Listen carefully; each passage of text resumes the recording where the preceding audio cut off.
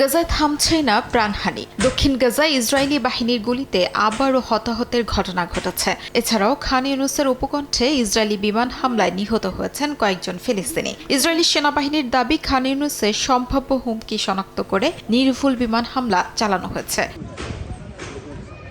অধিকৃত পশ্চিম তীরের কুশরাগামে ফিলিস্তিনি বাড়িগুলোকে ঘিরে ইসরায়েলি বসতি স্থাপনকারীদের অবরোধ অব্যাহত রয়েছে। স্থানীয়দের অভিযোগ, ইসরায়েলি সেনাবাহিনী এতে সমর্থন যোগাচ্ছে। রাস আল আইন এলাকায় যাওয়ার সড়কগুলো সামরিক বুলডোজার দিয়ে বন্ধ করে দেওয়া হয়। অবরুদ্ধ বাড়িগুলোতে পাথর ছোড়া হচ্ছে। বাইরে বের হলেই হামলার শিকার হচ্ছেন বাসিন্দারা। ফিলিস্তিনিদের অভিযোগ, বসতি স্থাপনকারীদের বিরুদ্ধে ইসরায়েলি সেনারা কার্যকর ব্যবস্থা নিচ্ছে না।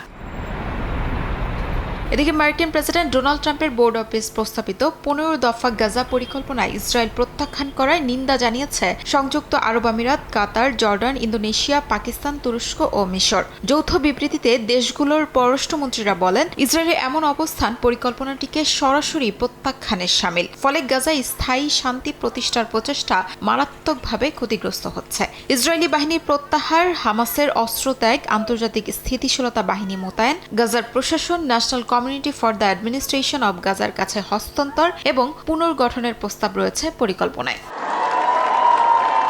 অন্যদিকে পশ্চিম তীরে ফিলিস্তিনিদের ওপর সহিংসতা বন্ধের আহ্বান জানিয়েছে পোপ লিও। উগ্র ইসরায়েলি বসতি স্থাপনকারীদের হামলা এবং কুশরায় চলমান অবরোধের মধ্যেই তিনি এই আহ্বান জানান। পোপ লিও বলেন, পশ্চিম তীরে ফিলিস্তিনি বেসামরিকদের ওপর সহিংসতা বন্ধ করতে হবে। একই সঙ্গে আন্তর্জাতিক সম্প্রদায়কে দ্রুত পদক্ষেপ নেওয়ার আহ্বান জানিয়েছেন তিনি। জোর দেন ন্যায়সঙ্গত ও স্থায়ী শান্তির জন্য রাষ্ট্রভিত্তিক সমাধান এগিয়ে নিতে।